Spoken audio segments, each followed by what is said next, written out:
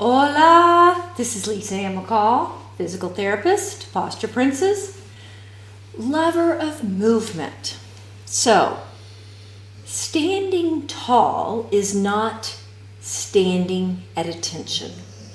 And what I mean by that was my little tagline for today, is that standing at attention to me means standing like in military attention, like there's a rigidity to it. That's what I mean by that. There's nothing rigid about standing tall. So I'm going to refer to children again. If you look at a 4-year-old or a 5-year-old or even a 3-year-old, whenever they can start walking and zooming around, they stand tall all the time unless they're playing. But they're very relaxed. And that is the natural way a human is designed to stand. You'll see a lot of really great athletes if they're not super, super tall. They just stand well because they move well. Their sport is a reflection of their posture. Often, you'll see it sometimes. Walk across the room really well. Well, they're out doing really well. They're doing really skilled movements. It's a reflection of the way you are. Now, I see oftentimes people trying to be upright, and I can see the difference really well. And you can tell when it's an act and when it's just like a child. So let me give you a picture here, and then we'll play with it a little. Okay, so in this picture, and I hope you can see this, it's kind of hard. This is out of my book, and these women have pots on their heads. And if you look at their face, you will see it's very relaxed. They're standing at attention. But their attention is like this. There's no exaggerated posture. And posture is not a word that I'm real crazy about because we have an idea of good and bad posture. Do you have a good or bad golf swing? Well, maybe, but you're always knowing you're going to improve your golf swing or you're going to work on your golf swing, but you don't label it as one or the other. It's just an evolution. Either you haven't been playing golf and it doesn't look good, or you have, it's a process. So I'm a process lady. So today we're going to talk about a little bit about propping something on the head. Will you go get a bean, lady? Mm-hmm. And how to play with having upright posture that's relaxed. Now, let me explain to you what we're not going to do so that you have contrast. We are not going to lift our chest to have good posture. This is a common thing. That's why I'm bringing it up. If I lift my chest, people think, well, my chest is open. Well, my back is collapsed. So that can't be right. Because upright posture is going to make both the front and the back of your body be really, really comfortable. So let's just start here and go, okay, I'm not going to lift my chest. I'm going to let my chest relax. Well, then what often happens is the neck is tight in the back. So people say, but if I drop my chest, my head will come forward. Yeah, that could be an issue too. Now, I haven't gotten down to the pelvic area, and I don't know if today I really want to do but a couple of small things there because it could get a little complicated, and I'd rather give you just 2 or 3 tips to begin to unravel the concept that upright posture is relaxed. Okay, and it takes time. I have to show up and repeat a movement for it to become relaxed. It's called a motor engram. It's not it's not muscle memory. The muscle is not remembering. It's in your brain. There's a motor engram, and you repeat something thousands of times or hundreds of times or whatever you want to say. I don't remember. But you do usually have to repeat them thousands of times for it to become natural. Now, being upright is a natural way humans are designed to be. So you were as a child and not as an adult, most likely. So all I'm going to do is take you back to what you already knew. So you already knew how to be upright and relaxed. I'm just going to bring you back there because you haven't been in the habit of it. So I've got a little something for my head. Now, you might have to have something that weighs a little more just to feel it. But what I like about these eyeglass cleaners is they stick to your head. and you don't have to worry about falling off. But if I put something on my head and I can feel it, I can press up into it. Now, if I press up really hard, you can see all the tension. Well, don't press up so hard, okay? Now, if you have a tight neck, you may see some tension here, but it will start to relax because you're changing. If you were like this and you're going to go like this, then there's going to be some changes. And when you may have changed, you relax. So just know, in movement, you have to repeat something many times for it to become a relaxed and skilled movement. This is a skill. So I'm going to press up, and I'm going to place my hands on my chest. I'm going to make sure my chest doesn't raise up. So I sometimes put a little pressure in and down and press it down, and I press my head up, and it feels kind of good, like, oh, I'm exercising something deep. So I may do that for about 4 seconds, and then relax. So I press down my chest, stretch my head up into this, and relax. And I begin to take tension away and find this beautiful place of relaxation. This is the upper body. The lower body. I want to relax this, and I want to have my butt not tucked. So untuck and relax. So let your body feel a little bit like a little kid, where there is an arch and a little belly. Now it's really more, I call it a banana body. It's like the front of me, if you look at children, it's kind of long and open, but doesn't stick out. And this has a gentle arch in the back. Now you have to look in the mirror when you practice this. You have to, because it's not going to feel natural. What feels natural is probably this. Okay, let go. Put your hand back here and say, okay, I'm going to stick my butt out a little. Now, that one thing that really helps with the thigh bones is pull your toes up. So let me see if I can do this. Can you move? Yeah, there we go. I'm going to pull my jeans up a little. So I'm going to pull my toes up. And the minute I pull my toes up, my weight shifts back. So I pull my toes up, my weight shifted back, I relax my belly, I stretch up, and I place my hands on my chest. Think of it more as if you are shifting your weight or adjusting your clothes. I adjust my clothes, okay? It's not a big movement. Now, early on when I was doing this, I put a lot more work into it. I don't know if that was helpful or not. You may like to work a little harder to feel it. You may like to press your hands down and really stretch your neck and then relax. For some people that works better. For me, I think it did, that I really wanted to feel something. So I pressed down and I stretched up and I'd hold and my chin stays relaxed and down, and then I let go. I kind of wanted that contrast of work and relax, and I do think there's a place for that. But some people may not find that real attractive.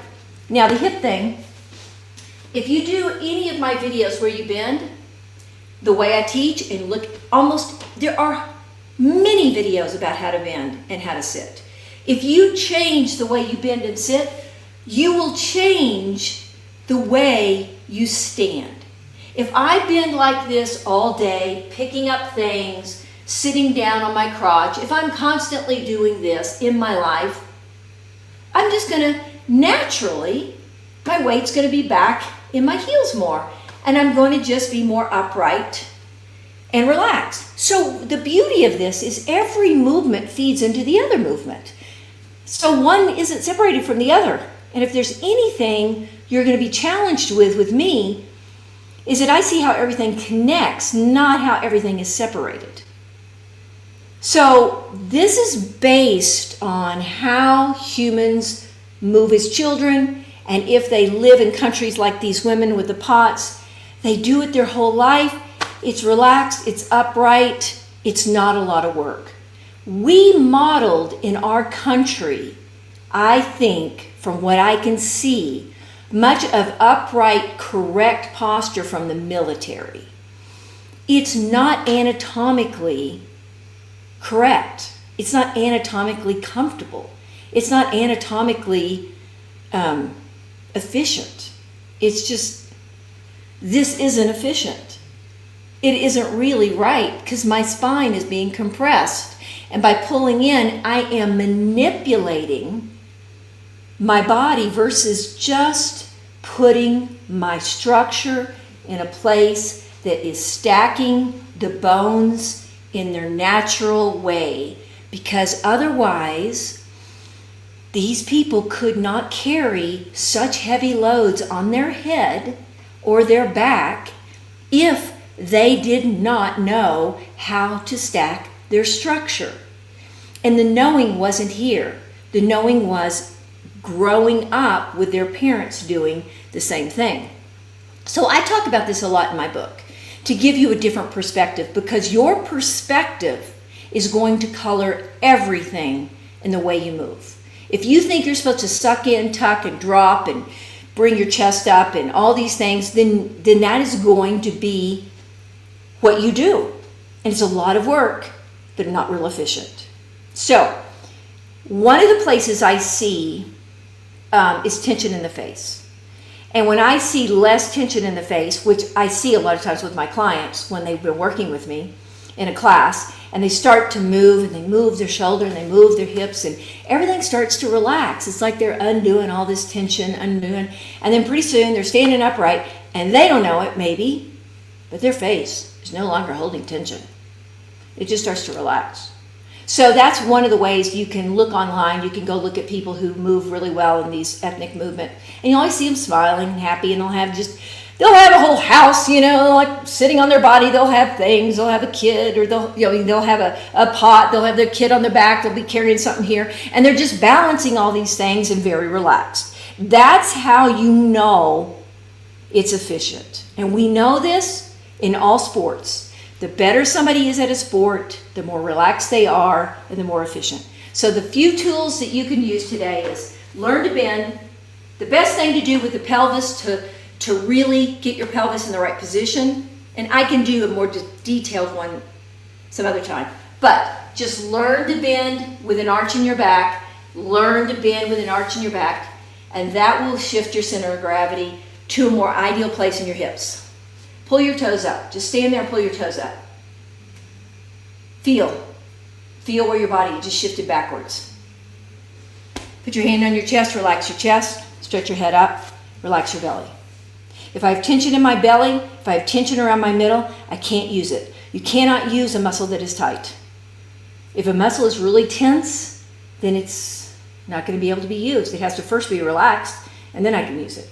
I see this all the time. I see people's legs wear out because there's so much tension prior to movement. But that's what we're big on in this society today. We're big on just push, push, push, tension, tension, tension, instead of relaxation. Then the tension of contracting a muscle by focusing on your structure.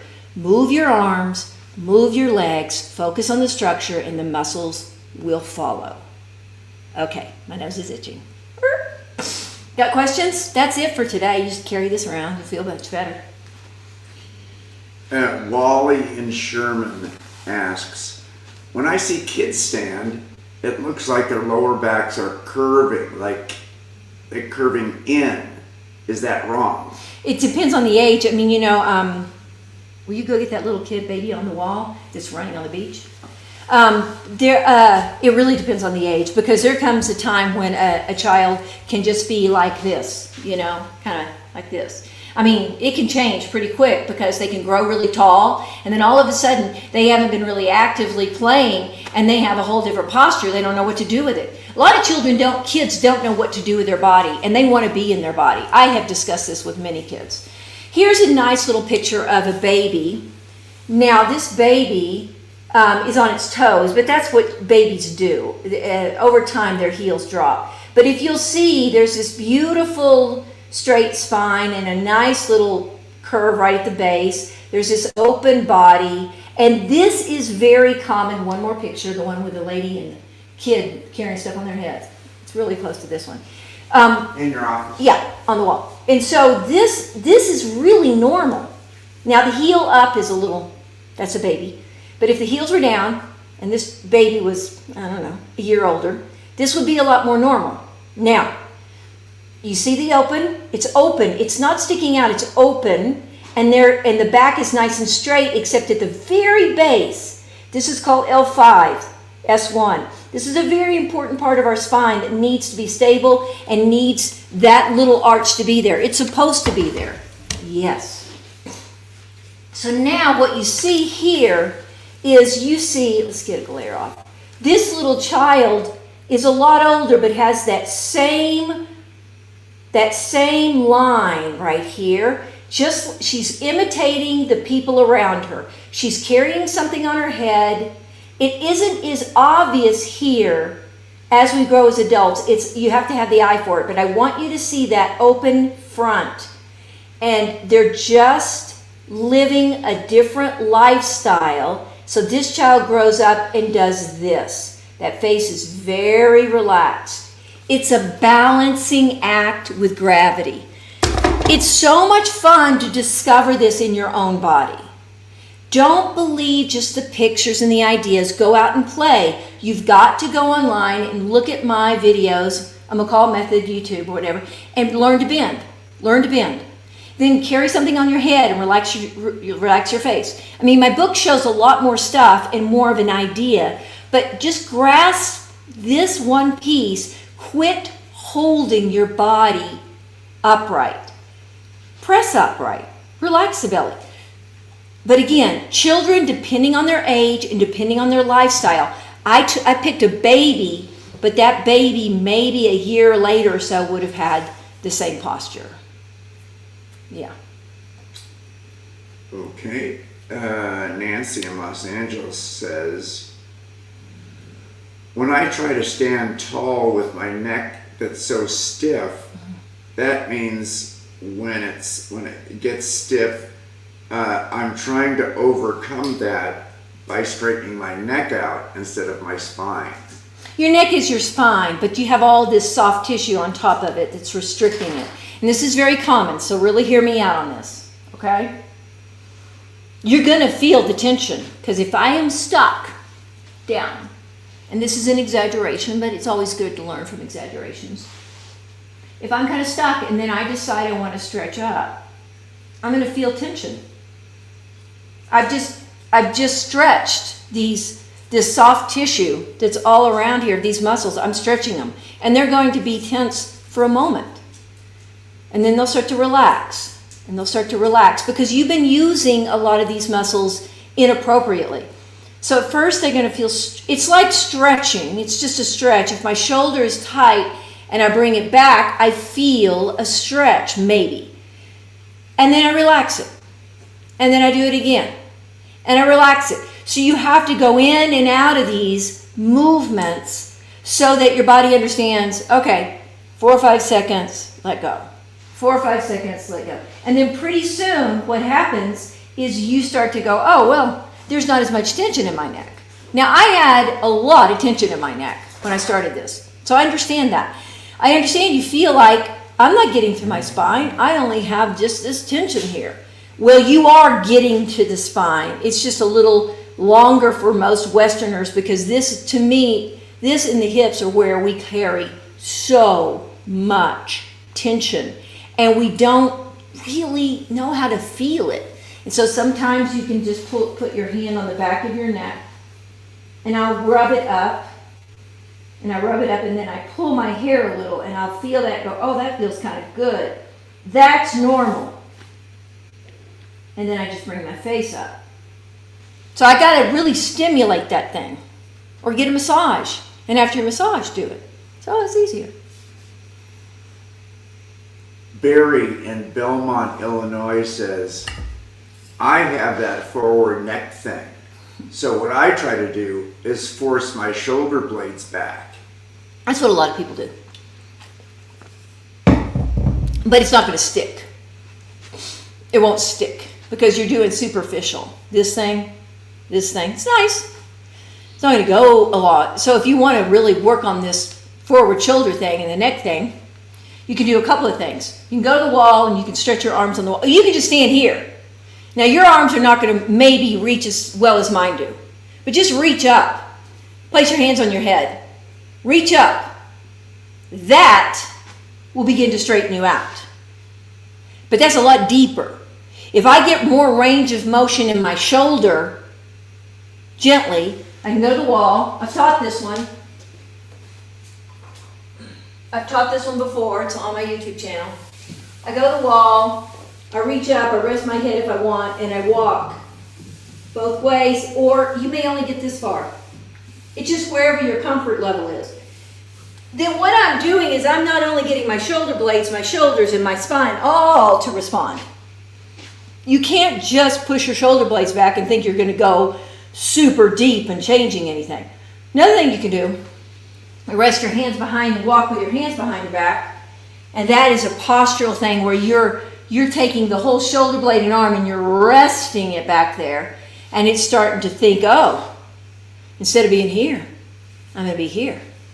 But you have to repeat it, repeat it, repeat it, repeat it. You have to let the body start to understand that all these different areas in your shoulder, in your neck, in your back are all making changes.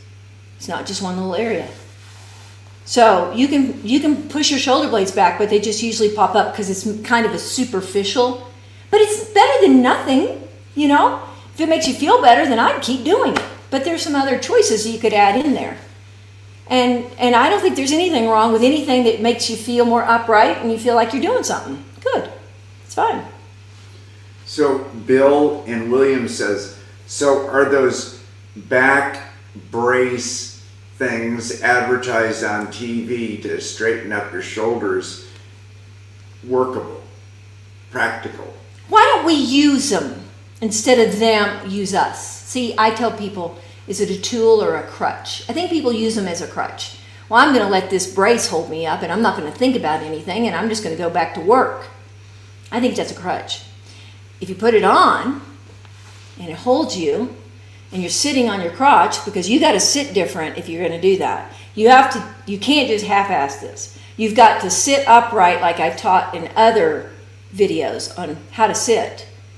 Then if you put it on and you go, okay, I'm going to put this on and I'm going to feel what this feels like. And I wonder what this feels like. And I'm going to take this in so that when I take it off, I'm going to see if I can remember that. I've used a back brace in my video to show how you can use a back brace to go, oh, that's what a straight spine is. If you use it as a tool to help you have new body memory, new way of feeling, then it's a tool. If you just slap it on and expect it to do the work, it's a crutch.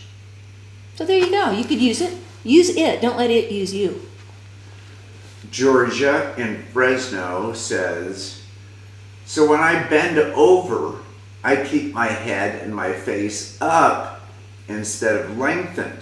Is that good? It depends. It really depends. You can do both. You can do both.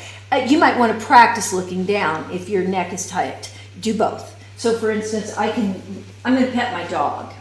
So I'm going to bend over. I'm not going to worry about this right now because it's going to fall off anyway. So I put my hands on my spine, I got my arch, and I'm going to come over, and I'm going to keep my neck long, and I'm going to pet my dog.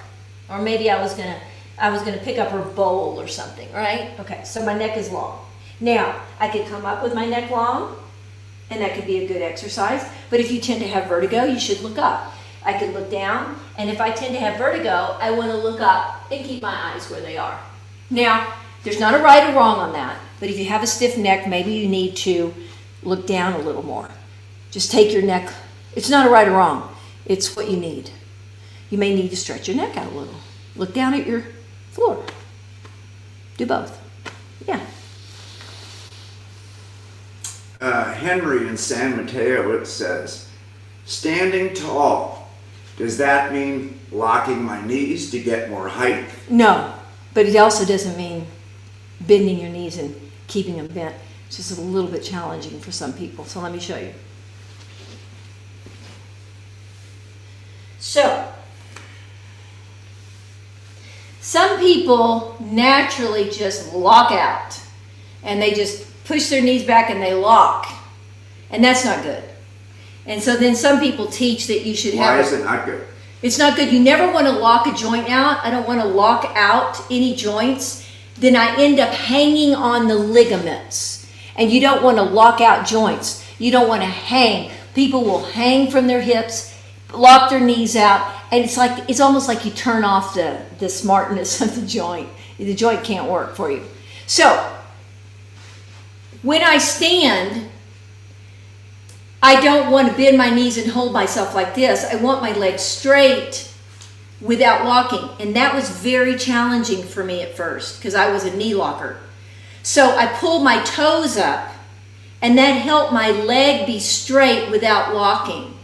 So there's little tricks. And then all of a sudden, when I have my pelvis in the right position, it just stopped being a problem. So if you're a knee locker, gently unlock, pull your toes up. If you're a person who tends to have a little bit too much bend in your knee, straighten them, but not all the way to locking. This is very normal to have straight legs and not lock. So I'm not really asking you to do anything that's way out. It's just pulling the toes up was one of the ways in which I started feeling like I could get my legs straight without locking and I could be more comfortable. It's all about being more comfortable. That's really what this is. Yeah.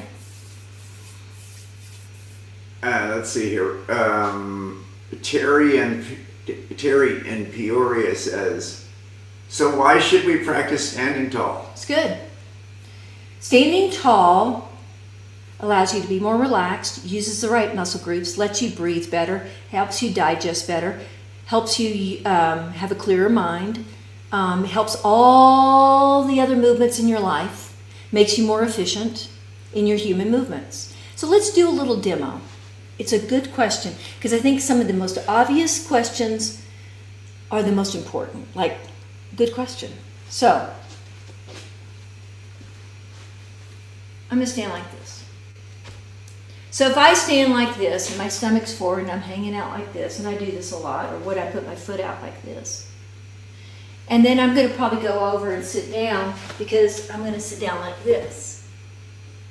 And then I'm going to sit down like this, and then I'm going to say, oh gosh, I want to go do CrossFit. Oh no, I'm going to go do one of those big run races. And then you're going to get up and you're going to run like this. Or there's going to be something like that. You can't forget about your body and say, well, now I want to go do something. Now I want to be more fit. Now I want to be more healthy. Now I want to be... You've got to own this baby from the moment you wake up and go through your day. It's yours. You can't just turn it on when you go to the gym. But honestly, it's a lot of fun. It's a lot more fun to be interested in the little stuff. Like, I'm going to stand, like, let's say I stand like this, like I've been telling you. And I stretch up and I just feel a little bit more upright. I feel a little more clear in my mind. They've done a lot of research on posture and how people have more confidence and they take going in for interviews. And it does an amazing effect on your mind. But I don't have that data. That's data you can go look up. But there's a lot of data on how it does have a great impact on your mind.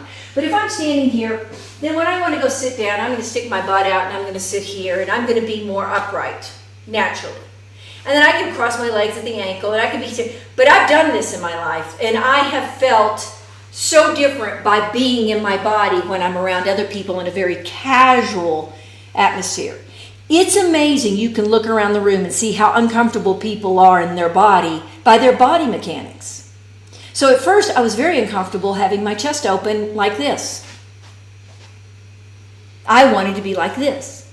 So it does play with your head, but it plays with your head in a good way. It plays with your whole life. How you move affects everything. And it's really fun. I don't want it to be a drag. I want it to be something you enjoy. Last question from Sientra in San Jose. To stand straight, what's more important, the neck or the lumbar spine? They're both the same. Watch this. They're kissing cousins, as we say in Texas. If my head is forward, it's going to be hard to have my arch. I think down here is how I always taught it. I always taught to get your pelvis right first. But I've changed. I don't care. Whatever's easiest for you. If it's easier for you to put your hands behind your back and stick your butt out a little and you just feel more comfortable, you are making a good impact on your neck. Okay? Good impact. If it's easier for you to just put something on your head and say, look, man, I don't know about that pelvis, but I'll relax my stomach and I'm going to stretch up my neck. Then do that. So you can't really do one without the other. They're going to influence each other, but I'd pick the one that, I don't know, makes you feel like it's a little more doable, a little easier, a little more user-friendly, and then you can go to the other one later. So here's my recipe. Put something on your head, walk around the house, relax your stomach, feel that. Go online, look at my bending videos, sitting videos, and put those two little babies together. And maybe every day you bend over to pick up your dog bowl or your cat bowl or something off the floor and really know how to bend and learn how to bend. That's one. And then walk around with something on your head, stretching up, and then you ought to see in a few weeks, like, wow, you know, there is something different, and this is not a bad thing. All I did was make 2 changes in my life. And where do they find you online? Oh, you find me at McCallMethod.com, and you can email me any questions or any interest you have for me to do on these Facebook Lives. And everything I have and do is there, and my YouTube video is McCall Method YouTube. And there you go. There's plenty of stuff around. So let me know. Thank you for showing up. Like, share, and what else? Subscribe. Subscribe. Bye.